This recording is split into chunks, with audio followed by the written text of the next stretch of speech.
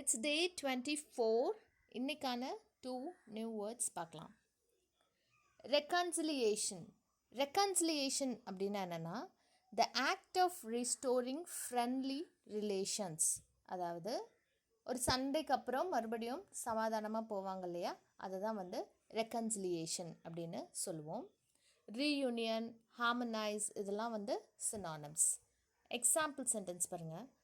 Their handshake appeared to be a gesture of reconciliation. அதாவது அவங்க கை குலுக்கி கொள்வது மறுபடியும் அவங்க சேர்ந்துட்டாங்க அப்படிங்கிறதோட அடையாளமாக தெரியுது அப்படிங்கிறது தான் இதனுடைய அர்த்தம். ரெக்கன்சிலியேஷன், சமாதானமாக போயிட்டாங்க அப்படிங்கிறது தான் அதனுடைய அர்த்தம். நெக்ஸ்ட் வேர்ட் பாருங்கள், ப்ரெப்பன்சிட்டி. ப்ரெப்பன்சிட்டி அப்படின்னா a habit of behaving in a particular way. அவங்களுடைய குணம் அதுதான் அப்படின்னு சொல்லுவோம் இல்லையா, அதுக்கு தான் நம்ம ப்ரெப்பன்சிட்டி அப்படின்னு யூஸ் பண்ணுவோம். டெண்டன்சி, இன்க்ளினேஷன் இதெல்லாம் synonyms.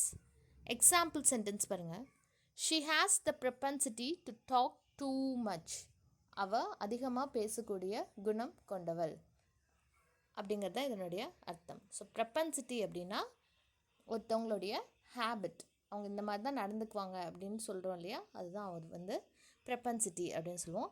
இன்றைக்கான 2 வேர்ட்ஸ் தான் ரெக்கன்சிலியேஷன் அண்ட் ப்ரெப்பன்சிட்டி. நாளைக்கு வேறு 2 நியூ வேர்ட்ஸ் பார்க்கலாம்.